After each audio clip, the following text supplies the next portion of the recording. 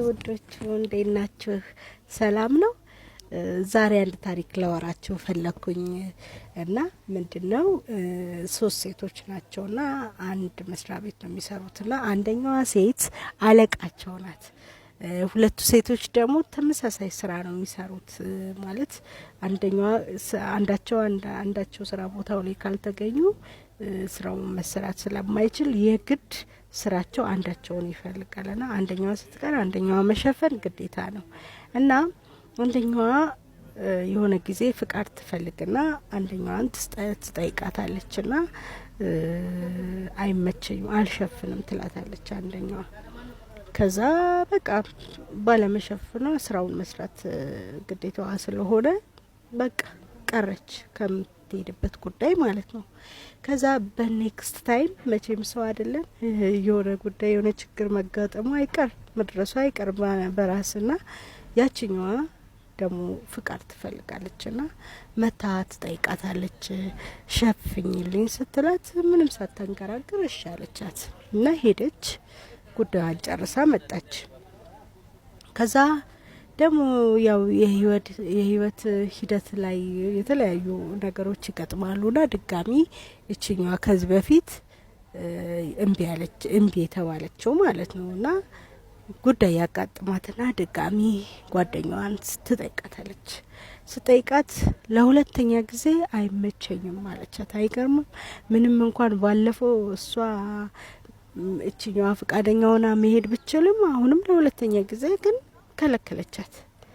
ከዛ ኦኬ አለች ቀረች። አሁንም ድጋሚ ደግሞ እቺኛዋ ከልካይዋ ደግሞ ድጋሚ ጉዳይ ገጠማት። ከዛ ሄዳ ጠየቀቻት።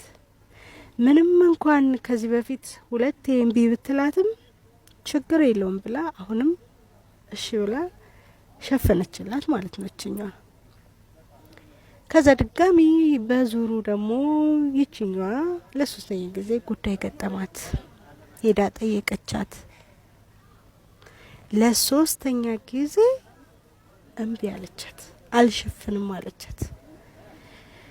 እናንተ ቢሆኑ ምን ታደርጋላችሁ? ከዛ ኦኬ አለች። ስራዋን ቀጠለች። ለሶስተኛ ጊዜ ደግሞ እቺኛዋ ሌላ ጉዳይ ገጠማትና ሸፍኝልኝ አለቻት። ካን ዩ ብሊቭ ዛት? እሺ አለቻት ምንም ሳታንገራግር ለሶስተኛ ጊዜ። ሶስቴ እሷን ብላታለች፣ ሶስቴ ግን እሺ አለቻት። ያኔ አልቻለች፣ አለቀሰች ይችኛዋ። ከዛ አለቅየዋ ወጣች፣ ሴቷ አለቃቸው። ምንድነው? ምን ተፈጥሮ ነው? ለምንድነው የምታለቅሽው? አለቻት። ስትላት በቃ አልቻልኳትም፣ ከአቅሜ በላይ ሆነችብኝ።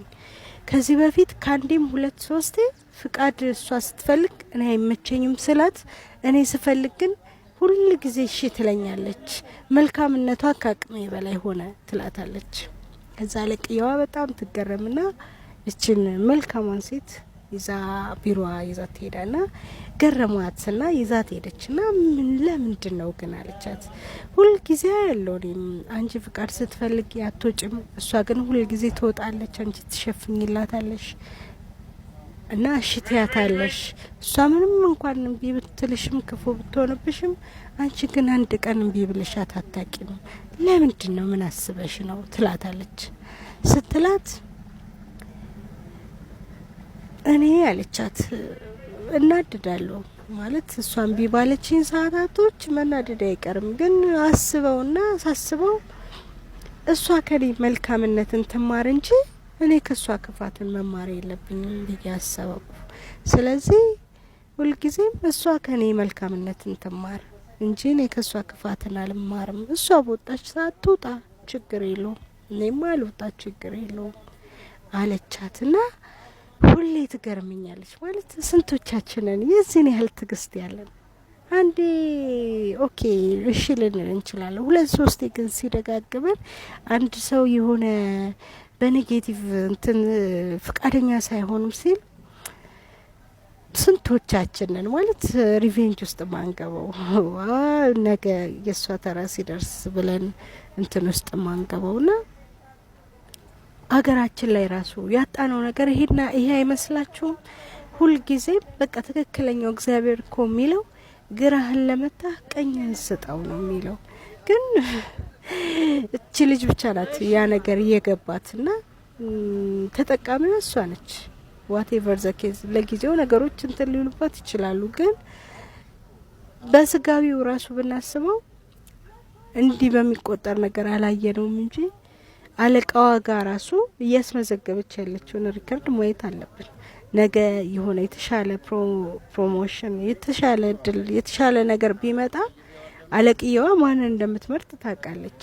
ራሷን ለተሻለ ነገር አጨች ማለት ነው። በሰው ነው እንኳን ስናስበው ማለት ነው። በሌላ መንገድ ደግሞ ፈጣሪ ያለ ከሁሉ በላይ ከላይ ሆኖ የሚያይ እና አብዛኞቻችን ዓለም እንደዚህ ነች ማለት ብዙዎቻችን በቃ የቅደም ተከተል ነገር ነው የምናደርገው እንጂ አጸፋ በመመለስ እንትን ውስጥ ነው ብዙዎቻችን ያለ ነው። እኔ አይድረሱብኝ እንጂ ከደረሱብኝ እኔ አይድረሱብኝ እንጂ ከነኩኝ ምንላት ፉከራለችን። ግን ትክክለኛው አካሄድ ይሄ ነውና ሁሌ ኢምፕሬስ ስለምታረገኝ ነው። አመሰግናለሁ።